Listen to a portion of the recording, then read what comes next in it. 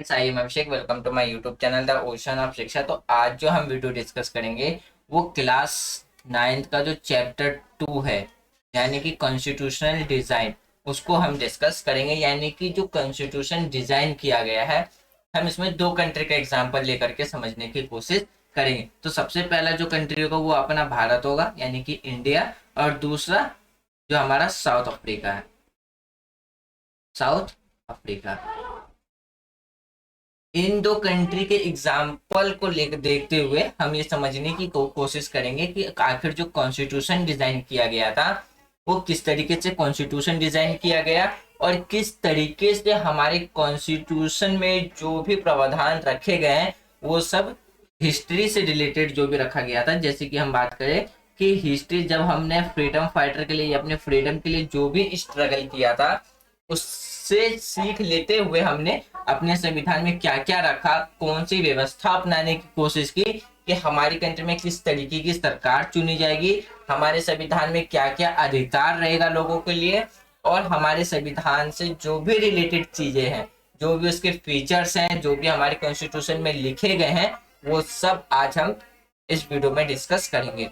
तो हमारी ये जो वीडियो रहेगी वो 3 पार्ट में डिवाइडेड रहेगी। तो फर्स्ट पार्ट में जो हम डिस्कस करेंगे, जो टॉपिक डिस्कस करेंगे, तो सबसे पहले ये डिस्कस करेंगे कि यानी कि जो रंग भेद है, यानी कि जो कलर के बेस पे जो डिस्क्रिमिनेट किया जाता है, उसको समझने की कोशिश करेंगे। और दूसरा हम एग्जांपल लेंगे साउथ अफ्रीका में जो रंग भेद की नीति चलाई जाती थी, यानी कि जो साउथ अफ्रीका में जो भी कलर के बेस पे जो डिस्क्रिमिनेशन देखने को मिलता था, हम उसको समझेंगे। और दूसरे पार्ट में हम समझने की कोशिश करेंगे जो फ्रीडम स्ट्रगल किया गया था साउथ अफ्रीका में, और किस तरीके से आजादी के बाद एक नए कॉन्स्टिट्यूशन की जरूरत पड़ी। फिर हम दूसरा टॉपिक जो डिस्कस करेंगे वो करेंगे हम मेजर फंक्शन क्या है कॉन्स्टिट्यूशन के, जिसमें हम इंडियन कॉन्स्टिट्यूशन को भी डिस्कस करेंगे, इंडियन कॉन्स्टिट्यूशन को भी डिस्कस करेंगे, और हमारी जो इंडियन कॉन्स्टिट्यूशन की जो असेंबली है उसके बारे में डिस्कस करेंगे।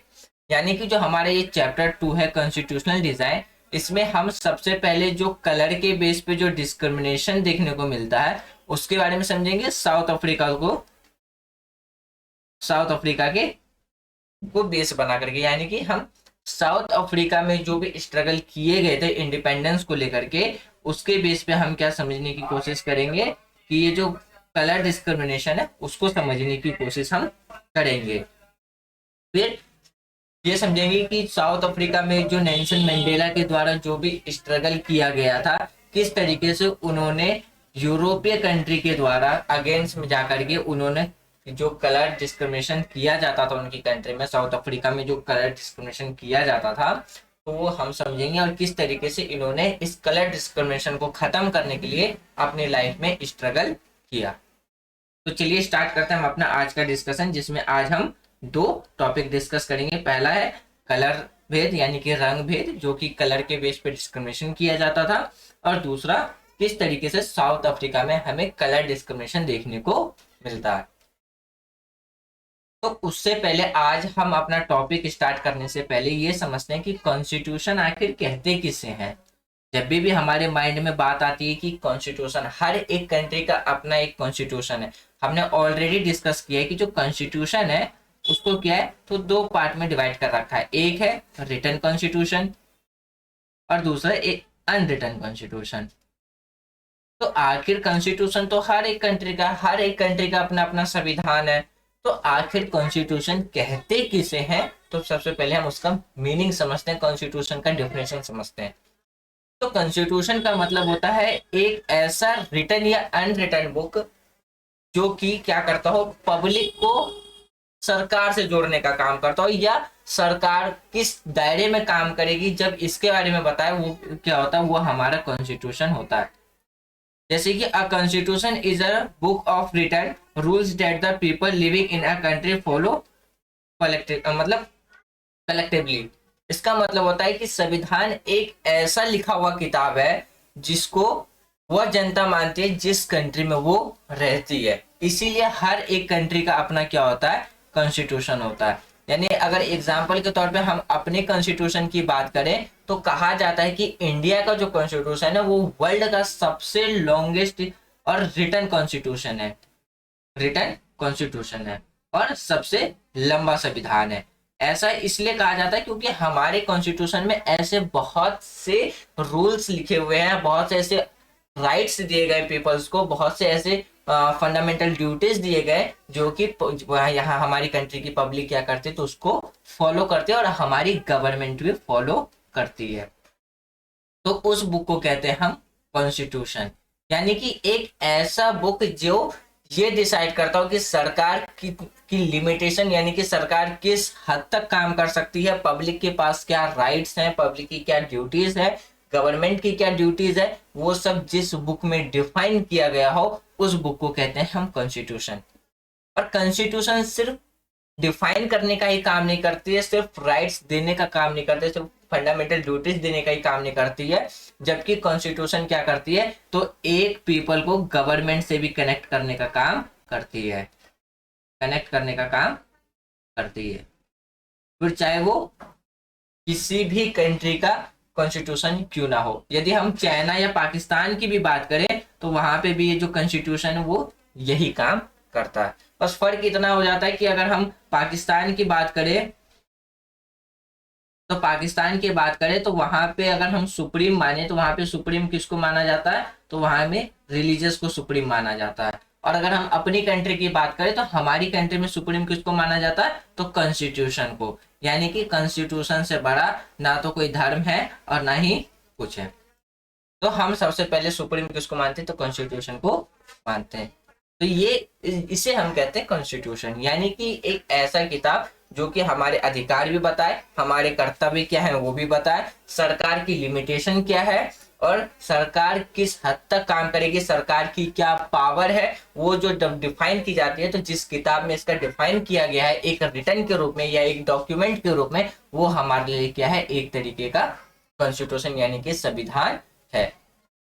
और संविधान क्या करती है आपसी संबंध के साथ साथ लोग तथा सरकार के बीच में भी संबंध यानी कि रिलेशन स्टेब्लिश करने का काम करती है। अब बात करते हैं रंग भेद के बारे में, यानी कि कलर डिस्क्रिमिनेशन। तो कलर डिस्क्रिमिनेशन जो है सबसे ज्यादा कहाँ देखने को मिला था तो साउथ अफ्रीका में देखने को मिलता है। जिस तरीके से हमारे कॉन्स्टिट्यूशन में ये लिखा गया है कि कोई भी पर्सन या गवर्नमेंट किसी भी रिलीजियस के आधार पे यानी कि धर्म के आधार पे, उसके जाति के आधार पे, उसके या जेंडर के आधार पे क्या नहीं कर सकते डिस्क्रिमिनेशन नहीं कर सकती है। उसी तरीके का साउथ अफ्रीका के कॉन्स्टिट्यूशन में ये लिखा गया है कि गवर्नमेंट या कोई भी पब्लिक कलर डिस्क्रिमिनेशन के यानी कि डिफरेंस कलर होने के बाद उससे डिस्क्रिमिनेशन नहीं किया जा सकता। क्यों? क्योंकि जिस तरीके से अंग्रेज हमारी कंट्री में किया है कि रिलीजियस के आधार पे क्या करते थे तो उन्होंने एक डिस्क्रिमिनेशन पैदा करने का काम किया था, एक डिस्क्रिमिनेट को प्रोड्यूस किया था जिससे वो क्या कर सके थे काफी लंबे समय तक हमारी कंट्री पे रूल कर सके थे। तो उसी तरीके से क्या है साउथ अफ्रीका में जो यूरोप कंट्री आई थी 17th-18th सेंचुरी में सिर्फ बिजनेस करने के लिए, तो उन्होंने क्या किया था तो वहां पे कलर डिस्क्रिमिनेशन को उन्होंने प्रमोट यानी कि बढ़ावा दिया था। उसी के बेस पे उन्होंने काफी लंबे समय तक क्या किया था तो साउथ अफ्रीका की कंट्री पर राज किया था। अगर हम कलर डिस्क्रिमिनेशन की डिफिनेशन की बात करें तो कलर डिस्क्रिमिनेशन यानी कि रंग भेद उसे कहा जाता है जब कलर के आधार पे क्या हो तो एक पर्सन से दूसरे पर्सन के साथ क्या किया जाए तो भेदभाव किया जाए। तो ऐसी व्यवस्था को हम कहते हैं कलर डिस्क्रिमिनेशन। ऐसी व्यवस्था को हम क्या कहते हैं तो कलर डिस्क्रिमिनेशन कहते हैं, जो कि साउथ अफ्रीका में इसको चलाया गया था किसके द्वारा तो साउथ यानी कि यूरोपीय लोगों के द्वारा। जैसे कि अगर आप बात करते हैं हम साउथ अफ्रीका जो कलर डिस्क्रिमिनेशन किस तरीके से बढ़ावा मिली थी उसके बारे में अगर हम बात करें कि किस तरीके से हमें वहां पे रंग भेद की नीति देखने को मिली थी तो समझते हैं इसको। तो जब 17th-18th सेंचुरी में जब यूरोप के लोग जो आए थे साउथ अफ्रीका में बिजनेस करने के लिए, ट्रेड करने के लिए, तो उन्होंने वहां पे क्या किया था तो जो कलर डिस्क्रिमिनेशन था यानी कि जो यूरोप के जो लोग थे, यानी कि अगर हम बात करें कि अगर जो यूरोपियन के जो लोग थे उनकी जो स्किन का कलर था वो क्या था व्हाइट था। उनके स्किन का कलर क्या था तो व्हाइट था, स्किन कलर क्या था तो व्हाइट था। और जबकि अगर हम साउथ अफ्रीका की बात करें तो साउथ अफ्रीका के जो लोग थे उनका जो कलर, स्किन कलर था, वो हमें काफी डिफरेंस देखने को मिलता था। या जैसे मोस्टली अगर हम बात करें तो ब्लैकिश देखने को मिलते थे, यानी कि काले लोग देखने को मिलते थे। तो इस आधार पे जैसे ही 17वीं 18वीं सदी में यूरोप के लोग साउथ अफ्रीका आए थे बिजनेस करने के लिए, तो काफी ज्यादा संख्या में क्या थे, तो वो जो व्हाइट पीपल थे यानी कि जो यूरोपीय के लोग थे वो कहाँ आके बस गए, तो साउथ अफ्रीका में आकर के बस गए थे। जिस तरीके से हमारी कंट्री में अंग्रेज आकर के क्या हुए थे, तो बस गए थे और उन्होंने हमारी कंट्री को 200 साल तक के लिए क्या बना लिया था, तो कॉलोनियल यानी कि गुलाम बना लिया था। तो उसी तरीके से जो साउथ यानी कि यूरोपीय लोग, जो यूरोपीय लोगों की जो यूरोप लोग कंट्री की जो लोग थे वो कहाँ आके बस गए, तो साउथ अफ्रीका में आकर के बस गए। और तब से उन्होंने अपनी सहूलियत के लिए किसको जन्म दिया, किसकी पॉलिसी अपनाई, तो कलर डिस्क्रिमिनेशन की पॉलिसी उनके द्वारा अपनाई गई। कलर डिस्क्रिमिनेशन की पॉलिसी उनके द्वारा अपनाई गई, सिर्फ इसलिए ताकि वो लंबे समय तक अपना राज्य कर सके। तो किस तरीके की उनके द्वारा पॉलिसी अपनाई गई थी, तो सबसे पहले क्या किया गया था, जितने भी जो ब्लैक स्किन के जो लोग थे उनको क्या कर दिया गया था, इस मतलब पॉलिसी के तहत उन्हें बैन कर दिया गया था। यानी कि काले लोग ऐसी जगहों पे नहीं जा सकते थे जहां पे कहाँ क्या हो, तो व्हाइट पीपल रहते हो, व्हाइट पीपल क्या हो, रहते हो, या उनका शेल्टर हो यानी कि रहने का स्थान हो। तो उस जगह पे उनका आना जाना या काम करना क्या कर दिया था, पूरी तरीके से प्रतिबंध कर दिया था। फिर क्या किया गया था कि जितने भी जो गोरे लोग थे यानी कि जिनकी स्किन का कलर व्हाइट होता था, तो उन्हें उनकी बस्तियों में बसने की इजाजत नहीं दी थी, यानी कि उनके एरिया में रहने के लिए अलाउ नहीं किया गया था किनको, तो जिनकी कलर ब्लैक होती, यानी कि जिनकी स्किन कलर क्या थी, ब्लैक। तो इस तरीके से वहां पे कलर डिस्क्रिमिनेशन हमें देखने को मिलता था, क्योंकि साउथ अफ्रीका एक ऐसा कंट्री है जहाँ पे हर एक स्किन के कलर्स के लोग हमें देखने को मिलते हैं। जैसे काले हो गए, गोरे हो गए, जिनकी स्किन जैसे इंडियन ब्लैक पीपल हो गए, जैसे कि हम लोगों का कलर क्या है, तो सांवला कलर होता है, उस तरीके का हर एक कलर की जो स्किन कलर के जो लोग थे वो हमें कहाँ देखने को मिलते थे, तो साउथ अफ्रीका में देखने को मिलते थे। और वहां पे इसी के आधार पे क्या होता था, तो डिस्क्रिमिनेशन किया जाता था। फिर ऐसी जगहों, अगर ब्लैकिश लोगों को व्हाइट लोगों के शेल्टर के पास या व्हाइट स्किन पीपल के पास जाने के लिए या काम करने के लिए इजाजत नहीं थी, सिर्फ वही लोग जा सकते थे जिनके पास क्या होता था, काम करने का परमिट होता था। और जितने भी जो ब्लैकिश यानी कि जो काले लोग थे उनको काम करने का अधिकार नहीं था, किनके, तो व्हाइट पीपल के बराबर में जो फैसिलिटीज व्हाइट स्किन पर्सन को दी जाती थी, वो उससे भी गई गुजरी फैसिलिटी किसको दी जाती थी, तो उनसे भी गई गुजरी जो जीवन था वो किसका था, तो एक ब्लैक स्किन पीपल का होता था। तो इस तरीके का हमें डिस्क्रिमिनेशन साउथ अफ्रीका में देखने को मिलता है। यदि अगर हम साउथ अफ्रीका के लोकेशन की बात करें, जैसे ये हमारी प्यारी कंट्री इंडिया है, तो यहाँ से अगर हम बात करें किसके, तो अरेबियन सी से होते हुए अफ्रीकन कॉन्टिनेंट के सबसे कॉर्नर में हमें यहाँ पे साउथ अफ्रीका देखने को मिलता है। यहाँ पे हमें साउथ अफ्रीका देखने को, ये रहा साउथ अफ्रीका, जो कि अप्रैल 1994 में क्या किया था, तो आजादी, फ्रीडम, उसने अपने आप को स्वतंत्र घोषित कर दिया था। तो जितने भी जो ब्लैकिश पीपल होते थे ना, उन्हें क्या है, जो रिजर्व सीट होती थी पीपल व्हाइट पीपल के लिए, उनके लिए उन्हें वो छोड़ना पड़ता था। और जितने भी जो व्हाइट स्किन पीपल थे उनके लिए यहाँ तक कि उनके जो चर्चेस यानी कि चर्च शब्द जो थे वो क्या थे, तो पूरी तरीके से अलग सेपरेट किया गया था। यानी कि हमें साउथ अफ्रीका में इस तरीके का कलर डिस्क्रिमिनेशन देखने को मिलता था कि कोई भी ब्लैक पर्सन क्या है, व्हाइट पर्सन के साथ किसी भी तरीके का रिलेशन नहीं बना सकता था, और ना ही व्हाइट पर्सन किसी भी अलग डिफरेंस स्किन कलर से अपना वो रिलेशन किसी भी टाइप का नहीं बना सकता था। अगर हम एग्जाम्पल अगर बात करें जैसे कि फ्रेंड्स हो गए या कंपनीज या किसी भी कंपनीज में एक साथ काम करना, ये सब क्या अलाउ नहीं किया था गया था। इस तरीके का कलर डिस्क्रिमिनेशन हमें साउथ अफ्रीका में देखने को मिलता था। वो भी कब, जब साउथ अफ्रीका कॉलोनियल था किसके, तो यूरोपीय कंट्री का, यूरोपियन कंट्री का। तब अगर हम ब्लैक लोगों की बात करें, उन्हें इस बात का अधिकार नहीं दिया गया था कि वो जो व्हाइट स्किन पीपल है उनके अगेंस्ट में, या जो कलर डिस्क्रिमिनेशन उनके साथ किया जाता है, या जो रंग भेद के आधार पर उनके साथ भेदभाव किया जाता है, उसके लिए उसके अगेंस्ट में वो ग्रुप बना करके यानी कि फिर उनके अगेंस्ट में प्रोटेस्ट कर सके, इनका अधिकार ब्लैक लोगों के पास नहीं था। तो इस तरीके का हमें कलर डिस्क्रिमिनेशन देखने को मिलता है साउथ अफ्रीका में। अगर फिर हम बात करें कि साउथ अफ्रीका में जो फ्रीडम स्ट्रगल किया गया था, तो इसका नेतृत्व यानी कि इसका ये किसके लीडरशिप में किया गया था, तो ये किया गया था नेल्सन मंडेला के लीडरशिप में। यानी कि अगर हम बात करें अफ्रीकन नेशनल कांग्रेस, जिसके लीडर कौन थे, तो नेल्सन मंडेला थे, तो उनके अंडर में रह करके सबने क्या किया था, इस कलर डिस्क्रिमिनेशन के बेस पे और अपने कंट्री को आज़ादी दिलाने के लिए क्या किया गया था, तो स्ट्रगल किया गया था। और ये स्ट्रगल 1950 से स्टार्ट हुआ और 26 अप्रैल 1994 में क्या है, तो साउथ अफ्रीका ने अपने आप को एक इंडिपेंडेंस डे डिक्लेयर कर दिया और उन्होंने अपनी एक न्यू कॉन्स्टिट्यूशन को डिजाइन किया और अपने आप को एक डेमोक्रेटिक कंट्री घोषित कर दिया। कब, तो 26 जनवरी 1994 को। तो उसी के बीच में जो यूरोपीय कंट्री थी, तो अगर हम बात करें कि यूरोपीय अल्पसंख्यक गोरों की सरकार स्थानीय काले लोगों पर अत्याचार करती थी, यानी कि जो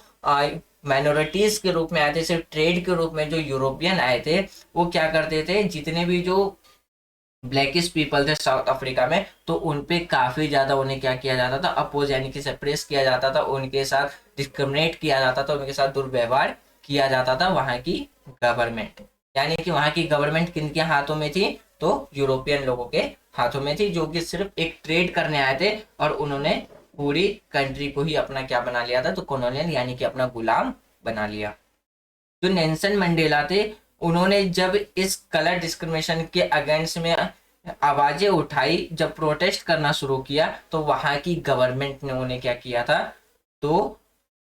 यानी कि वहां की गवर्नमेंट ने उन्हें कारावास की सजा सुना दी थी। यानी कि अगर हम बात करें कि जो नेल्सन मंडेला थे, उन्हें अरेस्ट कर लिया गया था और मतलब उन्हें कारावास की सजा उन्हें सुनाई गई थी, जिसमें हम कहते हैं कि उन्हें आजीवन कारावास की सजा सुना दी गई थी। तो जो नेल्सन मंडेला के लीडरशिप में फिर क्या है कि साउथ अफ्रीका के जितने भी जो लीडर्स थे, जितने भी जो ब्लैकिश पीपल थे जिनके साथ डिस्क्रिमिनेट किया जाता था, उन सब ने मिल करके नेल्सन मंडेला के अगेंस्ट में क्या किया था, तो यूरोपीय कंट्री के अगेंस्ट में प्रोटेस्ट किया था कि आप जो कर रहे हैं वो गलत है। आप जो भी वहाँ की यूरोपीय कंट्री की जो गवर्नेंस सिस्टम थी वो कलर डिस्क्रिमिनेशन के बेस पे, तो उनके साथ उन्होंने उनके अगेंस्ट में उन्होंने जाकर के क्या किया था, तो प्रोटेस्ट किया था। तो अगर हम बात करें नेशनल अफ्रीकन कांग्रेस के अंडर में जो नेल्सन मंडेला थे, उनके साथ 7 और लोगों को क्या कर दिया गया था, तो जेल में बंद कर दिया गया था। ये पॉइंट्स हम आगे डिस्कस करेंगे, पहले ये पॉइंट समझ लेते हैं इसमें क्या कर। तो अफ्रीकी नेशनल कांग्रेस के अंडर में क्या करके, तो जितने भी जो वहाँ की कम्युनिस्ट पार्टी थी, उन्होंने अपने गवर्नेंस यानी कि अपने गवर्नमेंट यानी कि जो व्हाइट स्किन के जो पीपल थे, जो यूरोपियन लोग के जो पीपल वहाँ के बस गए थे, उनके अगेंस्ट में उन्होंने अपना प्रोटेस्ट स्टार्ट किया और कहा कि आप हमारा देश छोड़ करके अब जाइए। यानी कि इस तरीके से ऐसा कलर डिस्क्रिमिनेशन अब नहीं किया जाएगा और ना ही हमारी कंट्री में ऐसा कलर डिस्क्रिमिनेशन अब चलेगा। उनके अगेंस्ट में काफी हद तक क्या किया गया, तो प्रोटेस्ट किए गए। तो जितने भी जो लेबर सब थे, उन्होंने अपना एक ग्रुप बनाया। उसके बाद उन्होंने जितने भी जो व्हाइट स्किन के पीपल थे, जो वहाँ की यूरोपियन की जो गवर्नमेंट थी, उनके अगेंस्ट में उन्होंने अपना प्रोटेस्ट करना स्टार्ट किया। तो अगर जैसे ही 1994 में जो साउथ अफ्रीका अपने जैसे ही इंडिपेंडेंस हुआ, अपने आप को एक आज़ाद और एक डेमोक्रेटिक कंट्री घोषित की, तो उसके बाद जो इलेक्शन कराया गया, तो 1994 में जो नेल्सन मंडेला थे, वो पहले साउथ अफ्रीका कंट्री के क्या एक पहले ब्लैकिश प्रेसिडेंट बने, जो कि काले प्रेसिडेंट बने। और जो नेल्सन मंडेला थे वो किसकी विचारधाराओं से प्रभावित थे, तो वो हमारे जो नेशनल फादर हैं महात्मा गांधी, तो उनकी विचारधारा यानी कि जो अहिंसा है, तो उनसे विचारधारा से वो प्रभावित होकर के उन्होंने अपने कंट्री में एक फ्रीडम स्ट्रगल चलाया कि अब हमारी कंट्री को कॉलोनियल से आज़ादी लेनी चाहिए और हमारी आज़ाद कंट्री होनी चाहिए। तो जो यहाँ से एक जनरल नॉलेज का क्वेश्चन बन सकता है कि जो साउथ अफ्रीका के जो पहले ब्लैकिश प्रेसिडेंट थे वो कौन थे, तो वो थे नेल्सन मंडेला। और जो साउथ अफ्रीका में जो इलेक्शन कराया गया था वो कब कराया गया था, तो 1994 में, जब साउथ अफ्रीका आज़ाद हो गई थी। तो नेल्सन मंडेला को वो क्या किया गया था, तो नेल्सन मंडेला पर देशद्रोह के आधार पर फिर क्या किया गया था, तो मुकदमा चलाया गया था। तो उनके द्वारा उनके ऊपर देशद्रोह का मुकदमा सिर्फ इसीलिए चलाया गया था क्योंकि उन्होंने व्हाइट स्किन पीपल के अगेंस्ट में जाकर के क्या किया था, तो प्रोटेस्ट किया था। और उनके लीडरशिप के अंडर में रहते हुए काफी लोगों ने कलर डिस्क्रिमिनेशन के बेस पे क्या किया था, तो व्हाइट पीपल के अगेंस्ट में प्रोटेस्ट किया था। इस आधार पर वहां की जो यूरोपीय कंट्री के जो लोग थे जो कि साउथ अफ्रीका में रहते थे, तो उन्होंने उस पर देशद्रोह का केस दर्ज करा दिया था। और इसके तहत उन्हें क्या है, तो उनके साथ 7 और लीडर्स के साथ उन्हें साउथ अफ्रीका की जो जेल है, जो फेमस जेल है, अगर हम बात करें जो सबसे भयानक जेल है, रोबेन द्वीप यानी कि रोबेन आइसलैंड में उन्हें 28 साल के लिए क्या किया था, तो जेल में बंद कर दिया गया था। तो जैसे ही फिर 1994 में फिर क्या हुआ था, साउथ अफ्रीका अपने आप को एक इंडिपेंडेंस एंड डेमोक्रेटिक कंट्री क्या किया, तो घोषित कर दिया कि डिक्लेयर कर दिया कि आज से साउथ अफ्रीका भी क्या है, एक डेमोक्रेटिक और इंडिपेंडेंट कंट्री है। तो फिर नेल्सन मंडेला की एक बायोग्राफी है जो कि उन्होंने लिखी थी, the long walk to freedom, यानी कि एक लंबा सफर आजादी के लिए। तो ये किसके द्वारा लिखा गया था, तो ये नेल्सन मंडेला के द्वारा ही लिखा गया था, जिसमें उनकी पूरी बायोग्राफी है। तो यहाँ से भी जनरल नॉलेज का क्वेश्चन बन सकता है कि जो the long walk to freedom है वो किसके द्वारा लिखा गया है, तो नेल्सन मंडेला के द्वारा लिखा गया है। तो जैसे कि हर एक कंट्री में हमें क्या है, किसी न किसी आधार पे एक डिस्क्रिमिनेशन देखने को मिलता है। जैसे कि अगर हम अपनी कंट्री में बात करें, जब हमारी कंट्री एक कॉलोनियल कंट्री थी यानी कि एक गुलाम कंट्री थी, तो उस टाइम पे हमें किस आधार पे डिस्क्रिमिनेशन देखने को मिलता था, तो रिलीजियस के नाम पे डिस्क्रिमिनेशन देखने को मिलता था, यानी कि हम बात करें कास्ट के नाम से। अगर हम साउथ अफ्रीका की बात करें तो वहां पे हमें कलर के बेस पे डिस्क्रिमिनेशन देखने को मिलता है। अगर हम यूरोपीय कंट्री की बात करें तो वहां पे भी हमें कलर के बेस पे डिस्क्रिमिनेशन देखने को मिलता है, यानी कि हर एक कंट्री जब कॉलोनियल टाइम पे था तो किसी न किसी बेस पे हमें डिस्क्रिमिनेशन देखने को मिलता था। तो फ्रेंड्स, मुझे उम्मीद है कि आज जो भी पॉइंट हमने डिस्कस किया वो आपको पूरी तरीके से समझ में आ गया होगा। यदि कोई डाउट्स हो तो आप उसको कमेंट बॉक्स में लिख देना, हम पहले अपने डाउट्स क्लियर करेंगे, तब जो हमारा जो दूसरा टॉपिक है freedom struggle of South Africa, need of constitution और major function of the constitution, जब इसको डिस्कस करेंगे तो उससे पहले हम अपने डाउट्स क्लियर करेंगे, तब जा करके हम अपने ये दोनों पॉइंट्स को डिस्कस करेंगे। तो thanks for watching friends, take care, जय हिंद।